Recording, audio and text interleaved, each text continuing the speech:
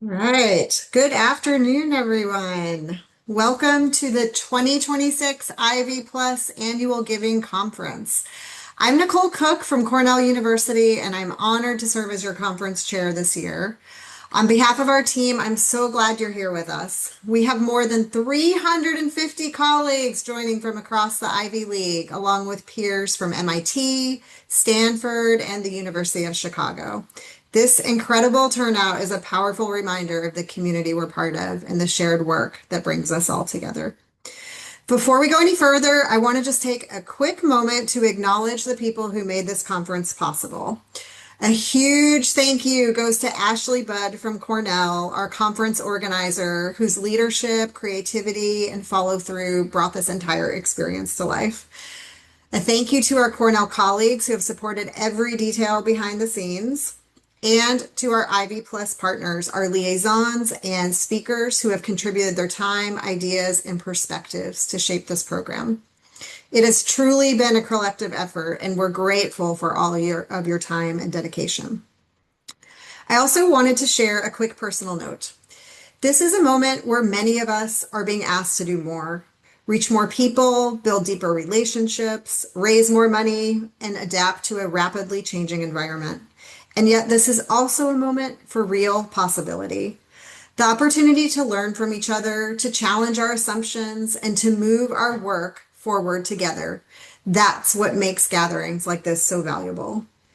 We've designed this conference around the themes we're all navigating right now: where annual giving is headed, how we build trust, and how we make a compelling case for unrestricted support for our universities in a landscape crowded with competing asks and limited attention.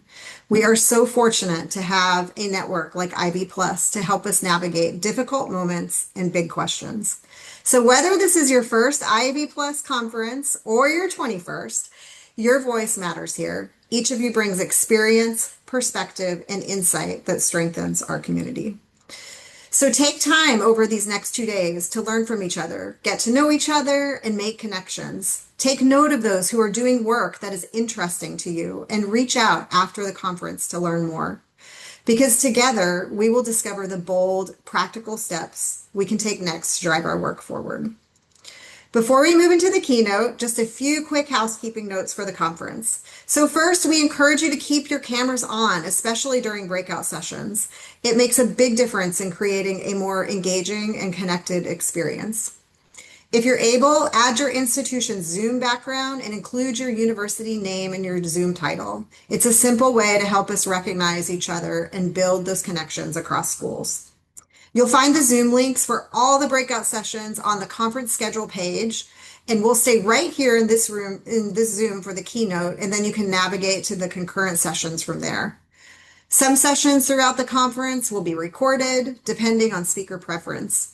We're especially grateful that today's keynote will be recorded and shared with our community afterwards.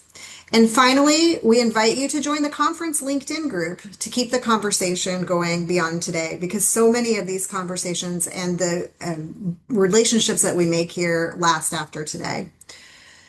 So now it's finally my pleasure to introduce our keynote speaker. Today's session, The Future of Generosity, could not be more timely for this group. We're joined by Dianne Chipps Bailey, a philanthropy executive at Bank of America and a former annual giving leader herself. Dianne brings both a strategic, big picture view of philanthropy and a deep understanding of the work we do every day. Drawing from the 2025 Bank of America study of philanthropy, she'll help us make sense of the current landscape, what's changing, what's holding steady, and where there is real momentum. You'll hear insights on broad philanthropic trends, the growing influence of women in the rising generation, and what motivates millennials and Gen Z to give. But just as importantly, Dianne brings a perspective that is grounded in practice, what this means for annual giving teams, and how we can adapt with confidence. This keynote is designed to leave us informed and energized with a clearer sense of where we're headed and why this work continues to matter. Dianne is someone who understands both the complexity and the possibility of this moment, and we're incredibly fortunate to learn from her today. With that, please join me in welcoming Dianne Chipps Bailey. Nicole, thank you so much for that introduction. And what a joy it is to be here today. As Nicole indicated, my very first job, 30 plus years in philanthropy, was as the associate director of the Law Annual Fund at Georgetown, where I had gone to school. I very abruptly decided that I did not want to be a lawyer when I graduated. And thank goodness I had already established a wonderful relationship with the dean of my law school, Judy Areen, a Cornell alum, a very, very proud Cornell alum. She knew me better than I knew myself. I was trying to find my way to the faculty, and she said, maybe one day. But in the meantime, she had a little annual fund that was raising about $2 million a year without really, I think, anybody trying. And she wanted to increase it to $4 million a year. I know it all sounds like small dollars now. It was 30 years ago, because she wanted to reduce the size of the class. We were then the largest law school in the country, and she just assumed give that to Harvard. And sure enough, not because I was so special, but because it was a very important institutional priority, we did that, and it was so joyful. As I mentioned, she did hire me in as the associate director. There was no director. She then hired a director who did not last very long. And I don't want to think it's because I was nipping at her heels. When she left, she put me in as the director. And I will say, 20 years practicing law as an outside general counsel, strategic advisor to nonprofits. And almost 10 years at Bank of America, leading our philanthropic strategy team. It is the hardest job I ever had, but I would say the most exciting and the most joyful. I am going to share my screen because I today am so happy to bring to you our Bank of America study of philanthropy. It is the guidebook to understanding the motivations and strategies of affluent Americans and their giving. And those are the donors that you are relying on to achieve your goals. Let's see here. Let's do.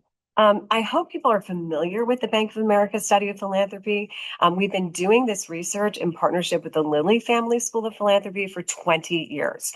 It is the guidebook to understanding those affluent donors and their motivations and their strategies in giving. I want to just ground us in who we're talking about when we define affluent. We use the accredited investor standard. For those that aren't familiar, that's either 200,000 in income or $1 million in assets, not including the value of your primary residence. This is not a billionaire's research report. This is really looking at the mass affluent, who are the people that are driving your fundraising success. Every now and again, we get major gifts from that ultra high net worth crowd, but not into the annual fund. So this really is the group that you're targeting and that will fuel your success. That accredited investor standard is the minimum point of entry. What comes back to us on average is higher. You see it on the slide, 24 million in wealth or 570 in income. Now that's a mean. The median is much lower. That is 2 million in wealth and 350,000 in income. Again, exactly who you're targeting. Taking a step back, remember that giving overall is a $600 billion marketplace. That's almost as much that was given in 2024. We'll have the Giving USA numbers for the 2025 giving in June, and we expect that that was a strong year for reasons that we can talk about. Of that amount, more than 80% comes from individuals and families. Now, I know the slide says 74%, but that is only partially true. That's direct giving and bequests. If you include giving from family foundations, so just another pot of money that a household would use to fund their generosity, you get to well over 80%. So you should feel emboldened relative to your corporate and foundation colleagues that have a much smaller pool that they're fighting for to meet their goals. You really do have the luxury of that larger group of potential donors. Now, on average, these households are giving a combined $33,000. And that's over, on average, 5 different organizations. So really, most of these people are annual fund givers. Most people are not stretching to make those leadership and even transformational gifts. As you would expect, the affluent people are giving 10 times more every year than the general population. Now, I am here to bring you good news and optimism. Okay. I am wired for it. If you know me at all, you know that I am fiercely, fiercely optimistic. But I'm also a realist. I want you to know that the work that you're doing, if it feels like it's getting more challenging, it's because it is getting more challenging. These are a, a graph that shows the declining donor participation rate. The amount given continues to increase overall, but we are relying on a smaller and more affluent circle of donors to achieve our goals. If you were to stretch this graph back to 2006, before the financial crisis, at that point, that dark bar on the top, 98%, virtually all affluent Americans were giving. It's now down to 81%. The bright blue bar is the general population. Again, if you were to stretch that back to 06, 2/3 of the general population was giving. Now it's down to less than 50%. But again, we continue to increase our goals and meet them, but it's because a fewer number of donors are giving more. So before I get into the good news about who is giving, let's quickly address that 1 in 5, that almost 20% of affluent people that are not giving. Remember, our definition for affluent is the accredited investor standard. That standard is not indexed for inflation. It has not changed since we began our research in '06. And so understandably, $200,000, and also it's an or, you could have $200,000 and no investable assets. In fact, you could have $200,000 in income and have significant debt, whether it's from student loans or medical debt or otherwise. So it's not entirely surprising that so many people would say the reason they're not giving is because taking care of their family's needs is a higher priority. We certainly understand that.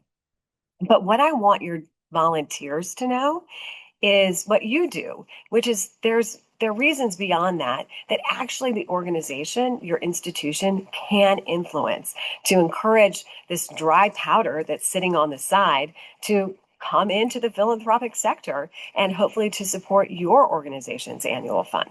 And that's, I didn't have a connection to an organization, or I was not asked to give. I was not asked to give. Your volunteers absolutely can create that connection and also join you in asking for these gifts to your institution. Now, I will be talking about some generational differences in giving, and I am so bullish on the rising generation and how they are poised to be the most influential generation of philanthropists. I will put them up against the Gilded Age of the Carnegies and the Rockefellers and the Vanderbilts because of what our data tells us about their desire to be philanthropic. As their earned income and also their inherited assets increase, so will their giving. And one of the reasons I know that is this data point around, I do not want to give to charity. I call that the toddler response, right? I just imagine a 3-year-old stomping up their foot and saying, I don't want to. And older people are twice as likely to say that than younger people. Twice as likely. Only 17% versus 35% of the younger say that that's why they're not giving.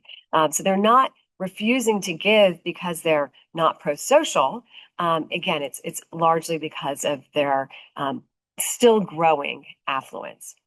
But there's some other reasons why people aren't giving. One of them, we think, is changing patterns of religion. 30% of Americans say that they are nuns, Nones, nuns, spiritual but not religious, agnostic, or atheist. And we know that patterns of benevolence are practiced and learned in places of worship, synagogues, mosques, temples, and churches. There's also a substitution effect. Many affluent Americans are really sophisticated about how they can use their financial resources to achieve their social impact goals in ways other than giving to a nonprofit organization. That includes impact investing, conscious consumerism, and also political giving. For most donors, those additional tools augment their giving practices. They're in addition to their traditional giving to nonprofits. But for some of them, there is a substitution effect for either some or all of their giving. So we do think that's a factor in the declining donor participation rates. But on par with just the financial pressure that these households are feeling, the other reason, Nicole, that you referenced earlier is this erosion of trust. Overall, trust is declining significantly. And why would you make a contribution to an organization if you don't trust that they will use that contribution to achieve a positive goal? And so this slide has got some good news and bad news. The bad news is it shows that erosion of trust overall. Here you'll see the percentage of affluent Americans that have a great deal of confidence in an organization's ability or an institution's ability to solve problems. Look down at the bottom. Only 5% place that confidence in Congress and large corporations like Bank of America.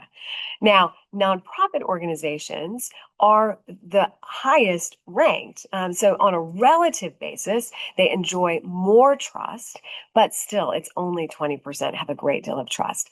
That is where you and your volunteers can really solve this problem around the logjam with generosity, because you can, through your personal relationships and also your targeted outreach, really nurture those relationships that become the basis for that trust. This is particularly important for the rising generation and peer-to-peer solicitation. Wealthy young Americans are much more likely to fundraise for you than their older peers. Much more likely. And they do rely upon each other for information, whether it's delivered directly or through social media. And so really leaning into the rising generation, the Millennial and Gen Z, to help you create this bridge for trust is absolutely essential. All right. So I've gotten the bad news out of the way. Let's stay focused on the good news, which is that 80+% of affluent Americans that continue to give, notwithstanding those declines overall in donor participation. And we do look at these donors by identity. And what I'll say, this is a busy slide. It looks at race, age, LGBTQ plus status, and gender. Don't try to profile a donor. If they have means, they are all generous across the board. The two outliers that I'll point out for you are the generational differences and the gender differences. It is true, and you see it in high relief on this slide, that younger people are giving less today. Remember, we define younger as Millennial and Gen Z. Now, that is not to say, as their affluence increases, that they will not come off the sidelines and continue to give. I've already given you one data point around the fact that they're not giving. They're not refraining from giving because they don't want to. That's one data point. There are other data points that will validate what I'm saying about they are poised to be an incredibly generous and influential generation of donors. But you've got to nurture those relationships now because the money will come later. Now, women, however, women are already carrying the day. I know Cornell and some of your other institutions have really robust programs wrapping their arms around women as donors. Keep doing that. And if you're not already doing that, absolutely prioritize it because they're 8 points more likely to give today. And we'll talk more about the wealth transfer, but I want you to remember not to jump ahead in line to the rising generation when you think about the wealth transfer. A woman who has a husband, he is on average 2 years older than she is. And she will, on average, live 5 to 7 years longer. That is upwards of a decade where the woman who is more likely to give than a man will either substantially influence or control the final disposition of the wealth. And so, really leaning into women now for the affluence that they bring, and also in anticipation of the inheritance that they will receive, is so, so important. So, so important. When you nurture women in community and also individually, as volunteers, as donors, as leaders within your institutions, you are rewarded with increased giving. Women, according to data from the Women's Philanthropy Institute, which I think you also know, and I hope you do, from the Lilly Family School of Philanthropy, they find the greatest joy when they give more. When they start adding zeros to the check is when you've really got them, and they are going to be your happiest and most enthusiastic ambassadors in giving as well. So really prioritizing women is essential. I'm going to show you. So I've talked about who is giving, who's not giving, but we'll put that to the side. Who is giving? Now let's talk about where they're giving. This is a great story for higher ed. There's a little nuance that will give you a bit of a pause, but overall, a really, really strong story. I'm going to show you a few different looks at the data. This first is the incidence of giving. And what this slide tells you is that people have a lot of philanthropic passions. Remember, they support on average 5 different organizations, and often those 5 organizations represent various subsectors. So there's broad distribution. When you think about incidence of giving, I want you to remember that this is just the number of gifts, right? So a $10 gift and a $1 million gift register in the exact same way in this slide. It's incidence of giving. Most giving is local. And the reason why most giving is local is because there's that strong affinity and desire to help your known neighbor. You obviously are national and international organizations, but you do enjoy, at least immediately following graduation, some intimacy with your donors that would mirror, in an effect, local giving. Again, it's all about that proximity and that connection. Your job is to bring them in early through class gifts and other, philanthropic cultural practices that really highlight the importance of giving while they're on campus and immediately after. But maintaining that connection, whether it's for reunion or other affinity groups on campus, is really, really essential, because if you rely on your national and international reputation, you will be fighting uphill in terms of keeping your donors. This slide is the more important slide about where they're giving. This is the proportionate giving, wallet share giving. And what you'll see is what you know, which is higher education is consistently in the top 3. This is where people are over-indexing and making their largest contributions. Now, the shift between 2022 and 2024 is notable. Now, hopefully this shift, and I'm confident it didn't, impact the annual giving in the same way that it may have impacted major gifts.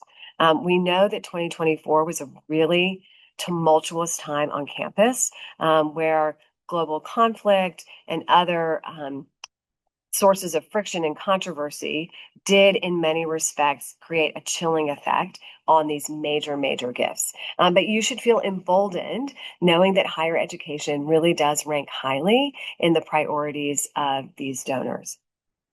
Now, if I were to pick the most important, my favorite data point coming out of the entire voluminous academic research report, which is the Bank of America Study of Philanthropy, it would be this one: why people are giving, how they choose a cause or an organization to support, the why. Now, you know this because you are fundraisers, you are professionals in this space, but your volunteers most likely do not. And that is to remember that people give not because of the organization's case for support. That's at the bottom of the list. 11% say they're swayed by a compelling pitch.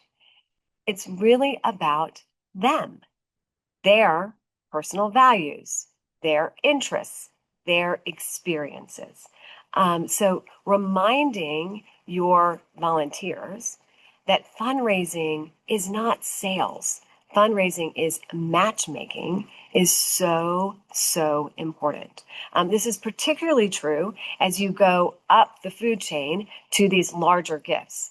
But I know for many of you, your larger gifts, even in the annual fund, are deeply relational. These are your campus volunteers. These are people that you know well. And so, continuing to ensure that there's that alignment between their values, interests, and experiences is really, really key. Even when you're soliciting unrestricted support, right? It's very, very important to stay focused on those motivations in their giving. So you are all experts in philanthropy. This is your career. This is where you spend the most of your time is in conversations in and around charitable giving.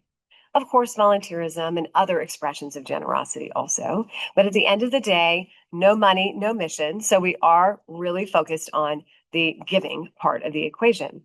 Now, you stand head and shoulders above almost all affluent donors. We ask them to rate themselves in terms of their acumen as philanthropists, and we give them three choices: novice, knowledgeable, or expert. Only 4% say that they're experts.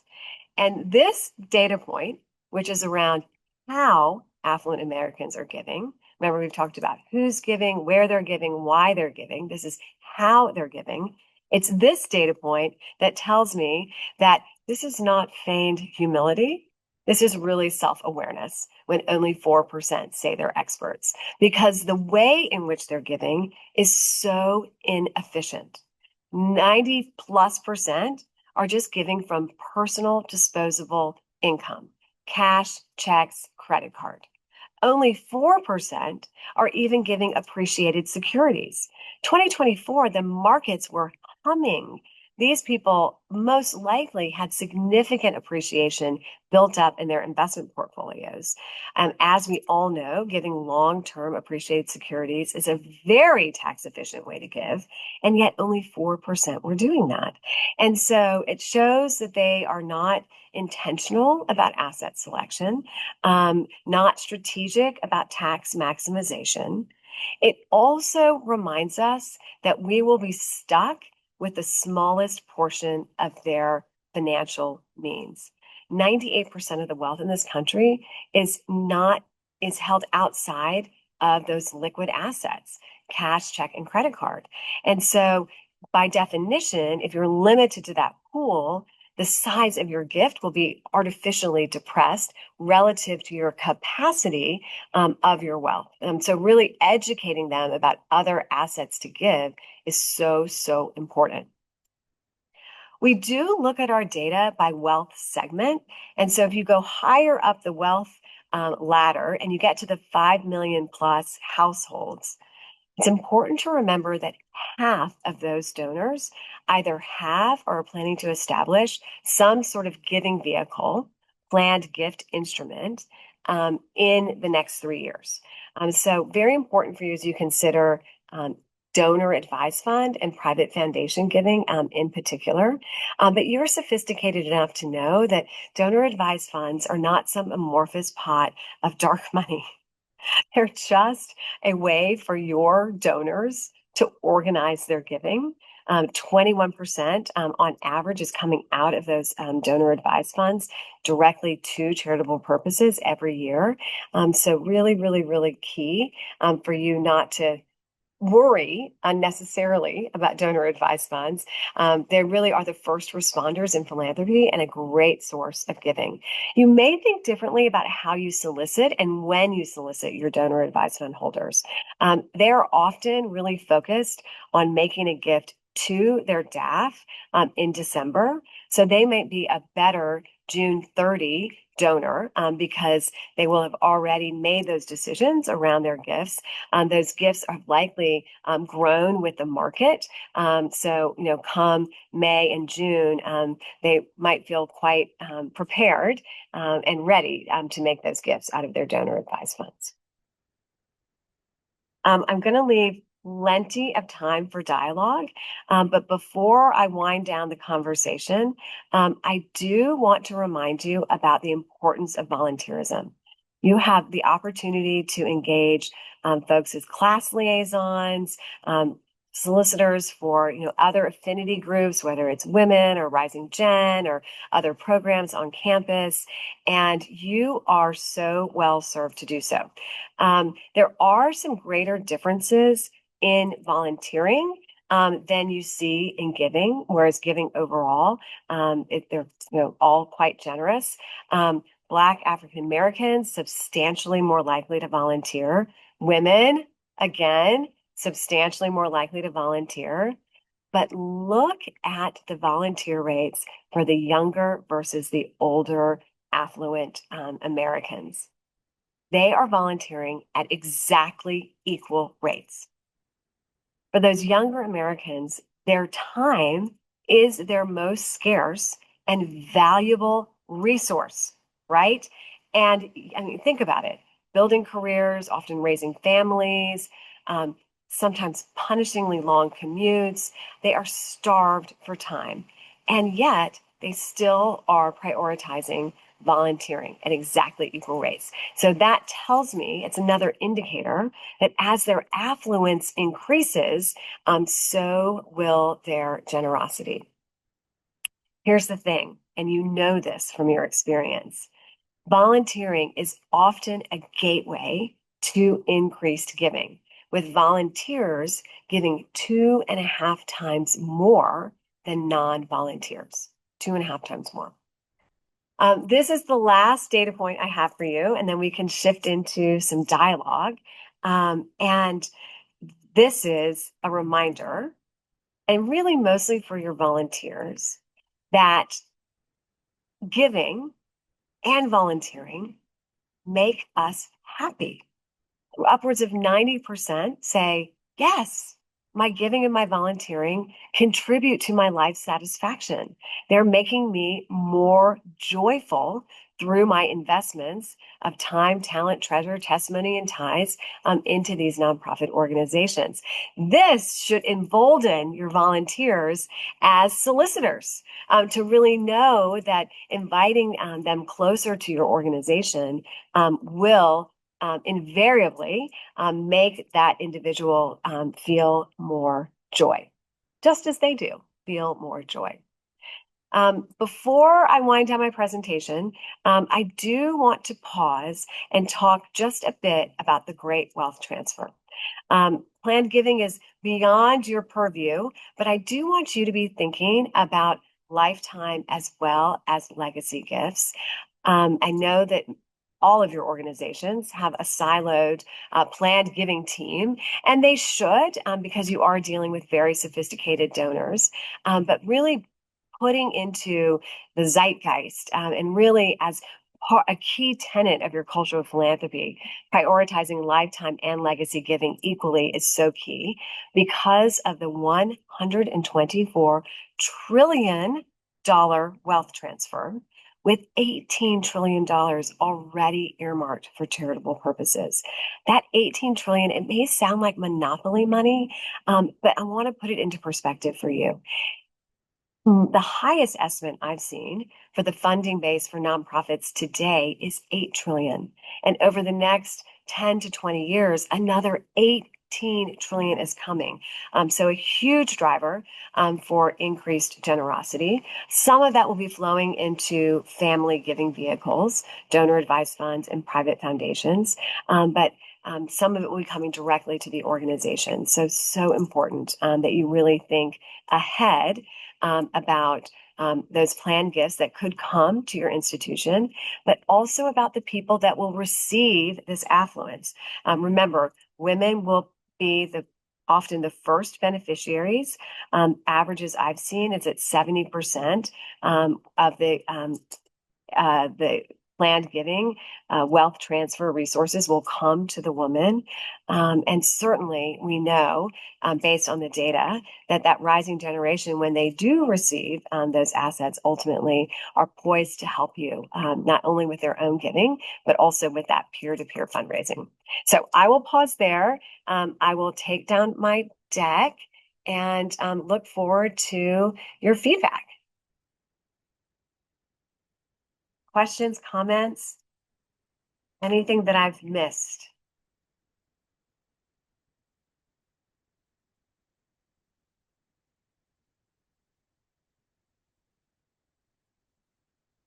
So quiet. Don't be shy. Nicole, go ahead. Yes.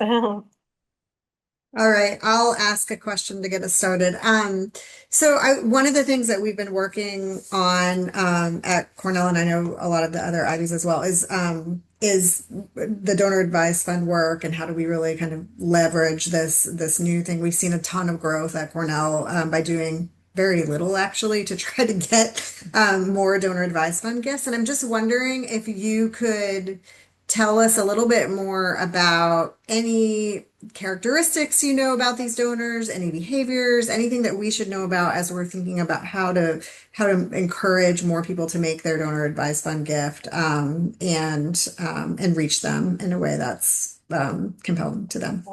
Yeah, so thank you, Nicole, for the question. We do know a lot about donor advised fund holders because we have our own Bank of America charitable gift fund here, and also partner with a number of the 800 plus donor advised fund platforms, whether they're national nonprofits or community foundations.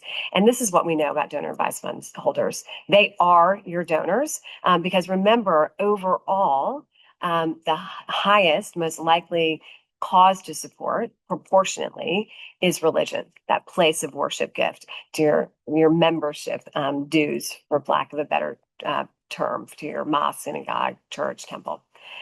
But donor advised fund holders, their biggest wallet share is education. They're education donors. They're smart.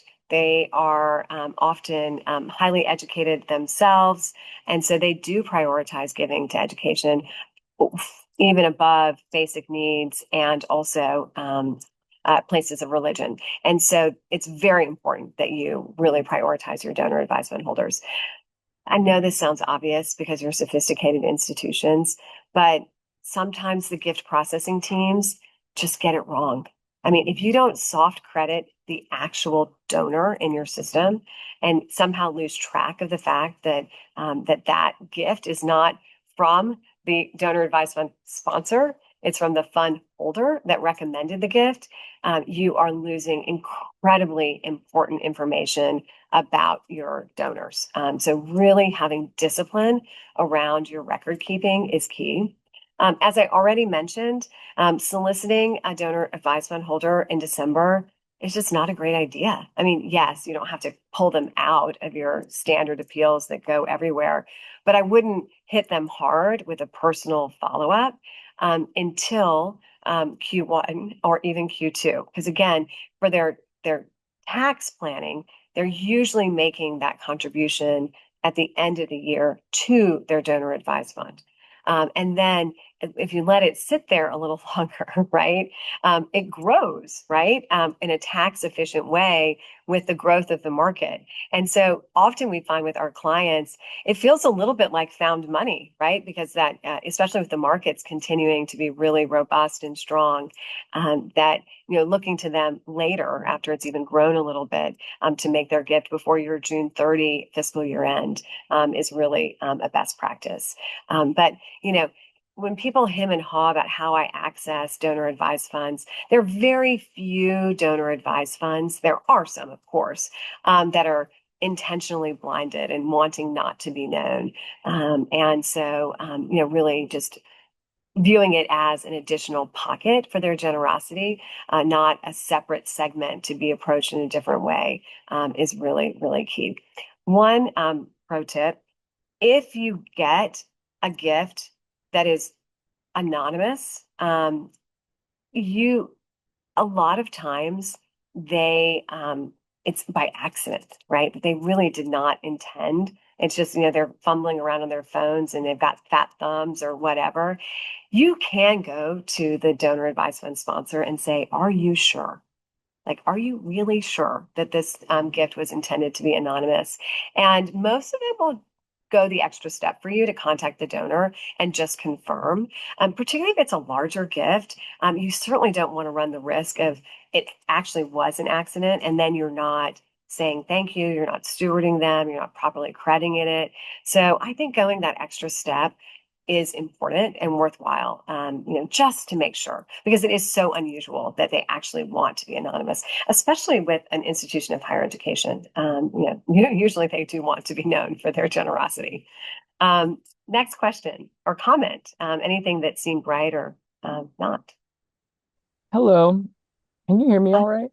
yes, I can hear Okay, you. great. Thank you so much for your presentation. It was super helpful. And um, I wanted to ask, you mentioned that trust has been lessened. I'm curious, what are some of the reasons behind that, and how long do you anticipate it sort of being for it to be built, and if you've seen it being generational and how each generation has sort of why they've lost trust. Mhm. So this issue around trust, I mean, it really does go to the macro environment, right? Where we've got so much division and divisiveness, just in the ether. And it really does cause people to be suspicious about individuals and institutions. Um, and you certainly see this by generation, with the trust declining overall, but with the rising generation, the lack of trust, being even more pronounced, except for the fact that they trust each other. And so, again, particularly for the rising generation, that peer-to-peer engagement is really important.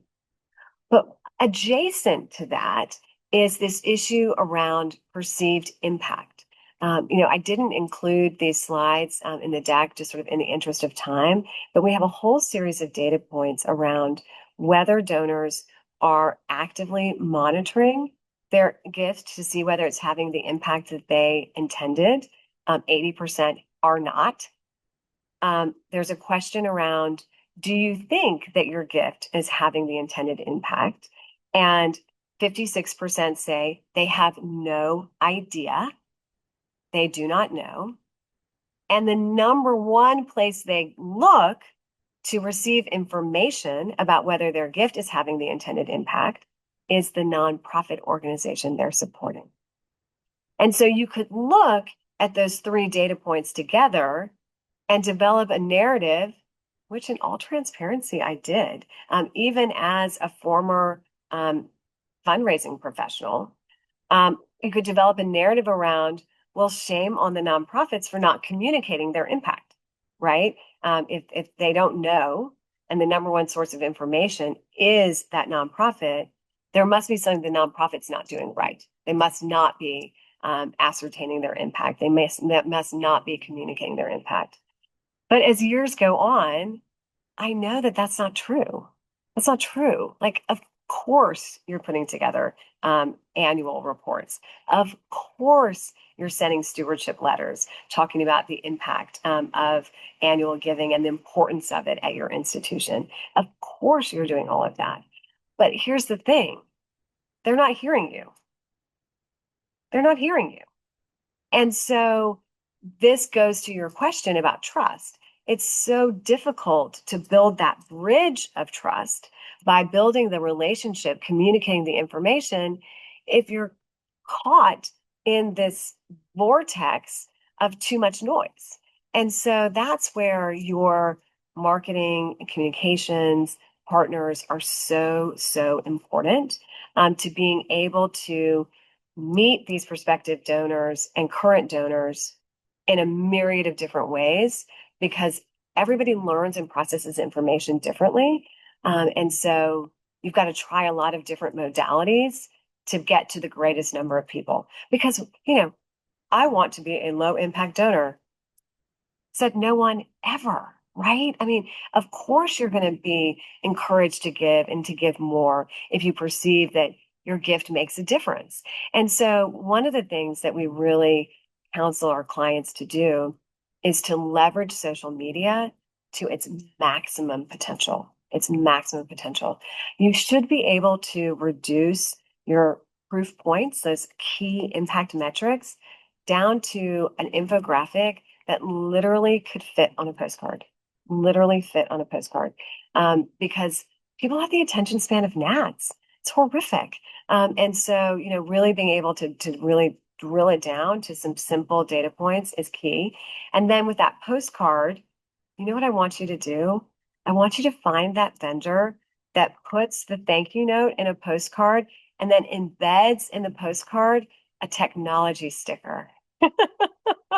I love those technology stickers, especially the rising generation. They'll stick them on anything. And you'll have like free advertising. Remember, the peer-to-peer is so important on their water bottle, their laptop, whatever. And it's a very environmentally friendly and just a high impact way to get your message out there. Also, pin to the top of all of your social media feeds those proof points because that's where people will go really quickly. Okay, I'm going to say the most obvious thing, and I know that you're doing this, but you must enable your Give Now page with every payment processing app on the planet. Apple Pay, Google Pay, PayPal, like all the things, every single one. If you create any friction, CCMC for anesthesia. if you have any friction in your process whatsoever, you will lose your donors, and not just the young ones. You're going to lose the old ones too. And again, your annual giving, you've got to be, flexible and easy. So my sermon is momentarily complete. Thanks, Diane. I'm going to go to the chat here. We have a couple of questions here. One from Braden. In the slide around trust, higher ed was represented in the nonprofit group, correct? Have you done or seen research around recent graduates viewing colleges more as corporations and large businesses as opposed to cause-based nonprofits? Great Okay, question. I was supposed to stay real optimistic today, but you've really hit something that's important here. A lot of the rising generation, not so much for your institutions, right? I mean, this is Ivy Plus, right? So you're in a special category. People have got a very, by and large, different relationship with you. But for some of these other institutions, I mean, it's becoming more of like a vendor relationship. I'm coming here for a reason, and you better deliver on that reason. And with less sort of nostalgia around the alma mater and all of that. I did see a very disturbing workplace data point recently. It's around what employers are looking for in candidates. And to your credit, they are looking for problem-solving skills, communication skills, all of these. It's not what it's who you become at the institution that your institutions do so beautifully.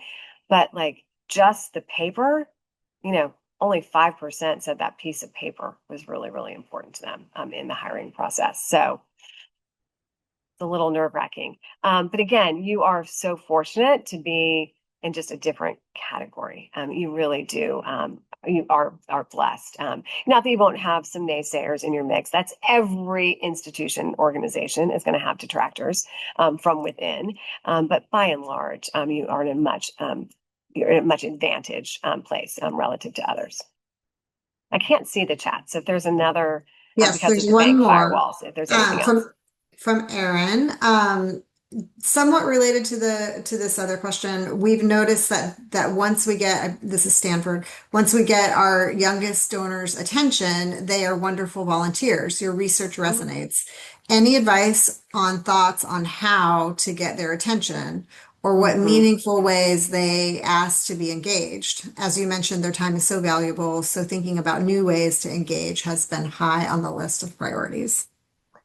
So it's a great question. Thank you for it. We have another research report called the Study of Wealthy Americans, and that is a minimum of $3 million in wealth. Now, most of the younger people in that research have inherited wealth. It's not likely that you would have earned all of that. Not at Stanford, not without plausibility, but usually there's some inherited wealth in there. That group, one of the ways to hook them is they are very likely to fundraise, as I've already mentioned, very likely to mentor. So, really bringing them into the career services and, other areas to mentor students that are coming up is great for those students that are being mentored, but also really does help develop that connection and that relationship with the organization. It's so obvious, but, make it social, make it fun, make it good for their career advancement, really providing opportunities for their networking as well. But again, the right time to make a friend is before you need one. And while the wealth transfer will be concentrated, it is coming. And those people that will benefit, they're just wired to be generous. Great. And then we have a couple of hands raised. So Janisha, I'm going to come off mute. Thank you. So thank you so much, Dianne. This has been like really, really insightful and very validating. I manage like crowdfunding here at Cornell. So I just kind of wanted to ask, like, especially like with the knowledge around data that we're seeing, that like our recent alumni are gravitating more towards like affinity-based giving and cause-based giving. Janisha, I'm so sorry. I'm having a hard time hearing you. Oh, I'm sorry. Can you hear me better now? Maybe? Sort of. Possibly. I'm going to listen very intently. I think I can do it. And bye. Okay, how about now? Ish. Okay, try me. All right. So I'm more so curious if you are seeing anyone out there that is doing this work exceptionally well. Like we are aware of the data points around recent alumni that are gravitating more towards affinity-based giving or cause-based giving. But I'm just curious, like, is there someone, an institution, a nonprofit that is like really knocking it out of the park? With annual giving strategies. I can't say that I know one that's like far and away, rushing it. What I will say, the ones that continue to have strong returns that increase over time, they do treat their top annual fund donors more like major gift donors. Does that resonate? I mean, really developing for those top annual fund people before they kind of get pushed into the world of major gifts. And by the way, these major gift asks, I've already talked about the fact that they need to be in lifetime and legacy, but also hardwiring in their annual fund gift is so important, right? You hate it when they just shift everything that they're doing to their major gift. So really looking at it in a three parts, right? What are you going to do for the annual? What's going to do for major? And what are you thinking about for your legacy gift is the right way. But organizations that are, because again, increasingly relying on a smaller, more affluent circle of donors. If you are really wrapping around a stewardship practice around your high-end annual fund donors and also working on a strategy to move up your current donors, those are the organizations that are really faring well. I don't see like immediate great results from the big mass marketing pushes. It's really the peer-to-peer and the high touch that gets you where you need to be. And, I will tell you, in the rooms where you may not be, which are the board of trustees rooms, we really push them on their organizational design to not expect that you can get outsized returns without really investing in the quality and quantity of your professional team and also being really great partners to the professional team. I mean, what we tell boards of directors is the first thing you have to do is give your big gift, right? Set the pace with your leadership gift.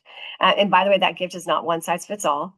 No mandatory, minimum requirement for giving. It's your personally meaningful gift. That they have got to come alongside you in all phases of the strategy, identification, cultivation, solicitation, follow-up, and stewardship. We actually don't really want them to be the solicitors by and large.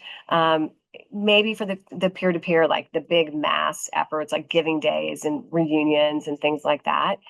because often they don't ask for enough, right? Because they're afraid of the quid pro quo, whereas we don't have that same risk, right? And so that can help a lot. We also do training for them to help them understand how important it is to ask questions and zip it and listen because of the donor motivation, right? It's not about the institution.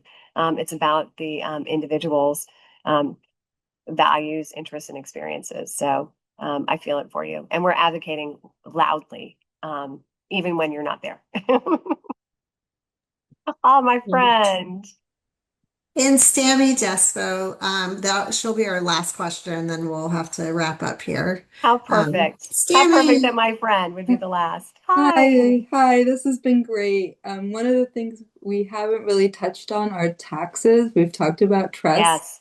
So, in this changing tax landscape, how can institutions reinforce trust and mission-driven giving so that Yes. philanthropy isn't seen as transactional or tax dependent?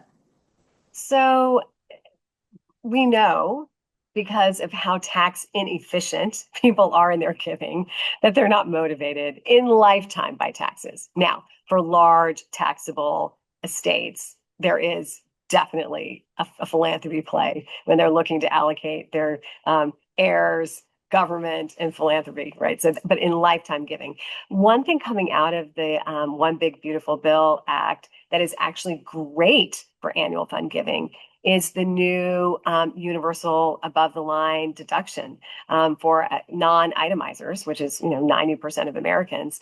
They can take 1,000 individually, 2,000 for a household deduction. So that is great, great, great for annual fund giving.